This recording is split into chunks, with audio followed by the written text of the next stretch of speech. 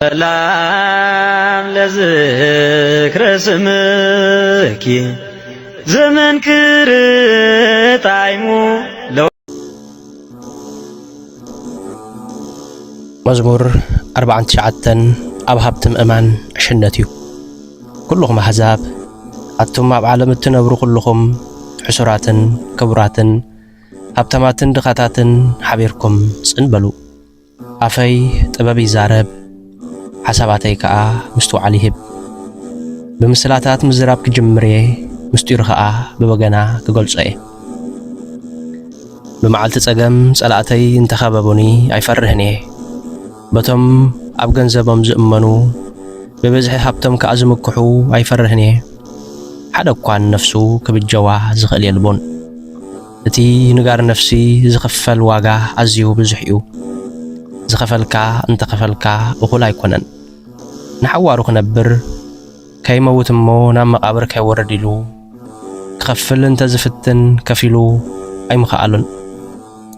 ለባማት ከምኡ ንዓያሹ ደናቁርን ከም ዝመቱ ኩሉ ሰብ ዝፈልጦ እዩ። ኩላቶም ገንዘቦም ንኻልኦት ሓዲጎምሎም እዮም ዝሓልፉ። ሽሕ እኳ ናትና ዝብልዎ መሬት እንተነበሮም ናይ ዘለዓለም ኣባይቶም መቓብሮም እዩ። ንሓዋሩ ድማ ኣብኡ ይነብሩ። ንሰብ ሃብቱ ካብ ሞት ኣየድሕኖን እዩ፣ ከም እንስሳ ክመውት እዩ።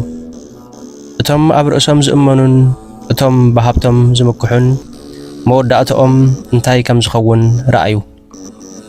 ከም ኣባጊዕ ክመቱ ኩኑናት እዮም፣ ጓሶኦም ከዓ ሞት እዩ።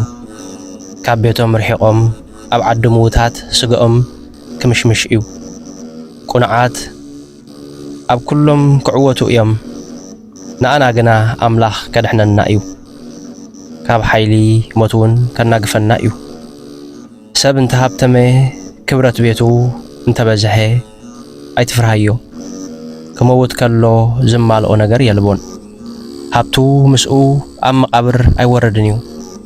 ሽሕ እኳ ብሂወት ከሎ እንተተሓጐሰ ሃብታም ብምዃኑን ሰባት እንተነኣድዎ ንሱስ ከም ኣቦታቱ ክመውት እዩ። ናብቲ ናይ ዘለዓለም ጸልማት ዘለዎ ከዓ ክሓልፍ እዩ። ንሰብ ሃብቱ ካብ ሞት ኣየድሕኖን እዩ፣ ከም እንስሳ ክመውት እዩ።